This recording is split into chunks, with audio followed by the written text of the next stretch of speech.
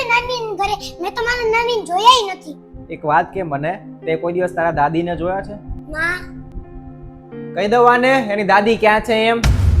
મગજ તો ઠેકાણે છે ને, કેવી વાત કરો છો? છોકરા સામે આવું બોલાય ઈ શું વિચારશે? કેમ, મારા દાદી ક્યાં છે? તારા દાદી આશ્રમમાં છે, હરિદ્વાર, અને બહુ ત્યાં શાંતિથી રહે છે.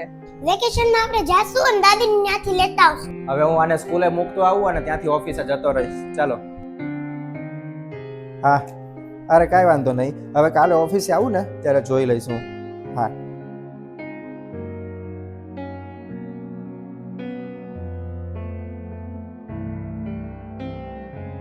લ્યો પાણી. અરે નથી પીવું પાણી. આ તારા લીધે થઈને મમ્મીને વૃદ્ધાશ્રમમાં મૂકી આવ્યો. મને તો એટલી ચિંતા થાય છે ને કે એમ થાય છે કે કઈ પરિસ્થિતિમાં હશે અત્યારે. અને શિવેન ક્યાં ગયો? સ્કૂલેથી આવ્યો કે નહીં? ક્યારનો સ્કૂલેથી આવી ગયો છે ને, રમવા ગયો છે.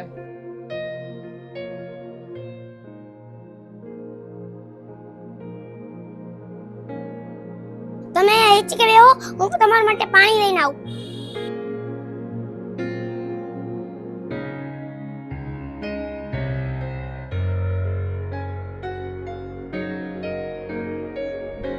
શિવેન, આ પાણી લઈને ક્યાં જા છો? બાર એક દાદીમાં આવ્યા હતા ને, તો એ રસ્તા ઉપર બેઠા હતા, તો હું એના માટે પાણી લઈને જાઉં છું.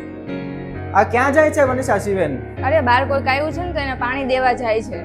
અરે વાહ, સારું કહેવાય. પણ એકવાર ધ્યાન રાખજે, આ કોને પાણી પીવડાવે છે એ બધું ધ્યાન રાખવું પડે. હા, સાચી વાત છે. લાવ જો તો ખરી કે કોણ આવ્યું છે.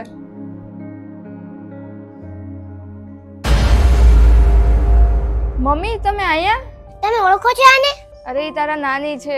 હું કોઈની માં નથી ને હું કોઈની નાની નથી. હે, તમે મારા નાની છો? હાલો મમ્મી અંદર.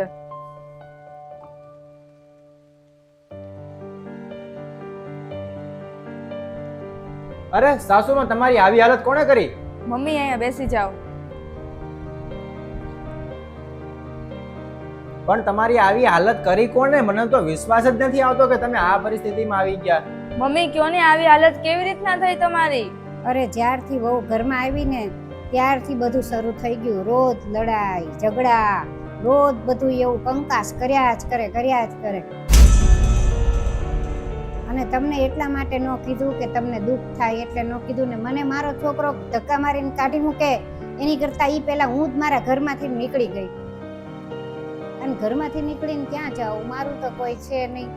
એટલા માટે સડક ઉપર ભીખ માગીને બધું પૂરું કરતી હતી. કોઈ દે, કોઈ ન દે, ક્યારેક કોઈ આપે, કોઈ ક્યારેક કાઢી મૂકે. પણ ત્યાં આ બાજુ નીકળીને તો આ છોકરો મને રસ્તામાં મળી ગયો. ઈ મને પરાણે હાથ ખેંચીને અહીંયા ઘરમાં લાવ્યો. મને જો ખબર હોત ને કે તમે આ નવું ઘર લઈ લીધું છે ને તમે અહીંયા રહ્યો છો તો હું અહીંયા એની હારે આવે તઈ નહીં. મનીષા, આને કહેવાય કર્મોનું ફળ.